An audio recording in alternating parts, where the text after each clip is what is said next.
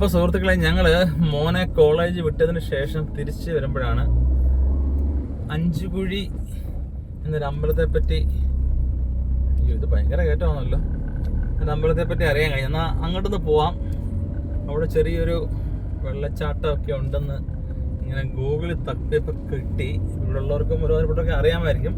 പക്ഷെ ഞങ്ങൾ ഇത്രയും കാലം വന്നപ്പോഴും ഇങ്ങനൊരു സ്പോട്ട് ഞങ്ങൾ മനസ്സിലാക്കിയിട്ടില്ല. എങ്കിൽ പിന്നെ അവിടെ വരെ ഒന്ന് പോയി നോക്കാം, എന്താണ് കാഴ്ചകൾ എന്നുള്ളൊരു ആഗ്രഹത്തിൽ പോവാണ്.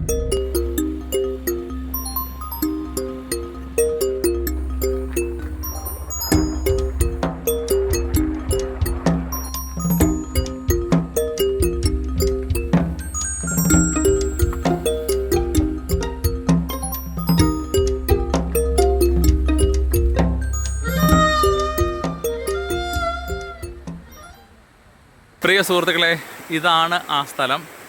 നിങ്ങളിൽ പലരും ഇവിടെ വന്നിട്ടുണ്ടാവാം. എരുമേലിക്ക് അടുത്തുള്ള ഈ മനോഹരമായ സ്ഥലം ഞങ്ങൾ യാദൃശ്ചികമായിട്ട് ഗൂഗിളിൽ തപ്പിയപ്പം ഗൂഗിൾ ചേട്ടൻ പറഞ്ഞത് പ്രകാരം ഞങ്ങൾ എത്തിയതാണ് ഈ സ്ഥലം. അവിടെ ഒരു അമ്പലമുണ്ട്. ആ അമ്പലത്തിൻ്റെ മുമ്പിൽ കൂടെ ഒഴുകുന്ന ഈ ചെറിയൊരു പുഴ അല്ലെങ്കിൽ ഒരു അരുവി.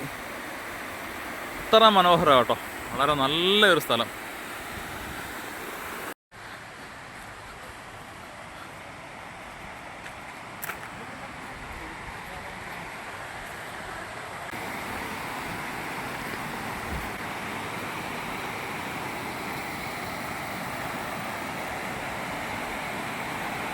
ഇതൊരു അതിശയം തന്നെയാണ് കേട്ടോ.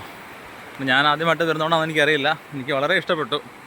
ഇത്രയും മനോഹരമായൊരു സ്ഥലവും ആ വെള്ളം ഒഴുകുന്നിടത്ത് ഇത്രയും മനോഹരമായ ഒരു അമ്പലം ഉണ്ടെന്ന് ഇതേവരെയായിട്ട് മനസ്സിലാക്കാൻ പറ്റാത്തതിൽ സത്യത്തിൽ നല്ല വിഷമം.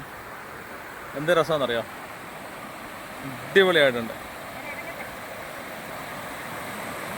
ഇറങ്ങിയോ?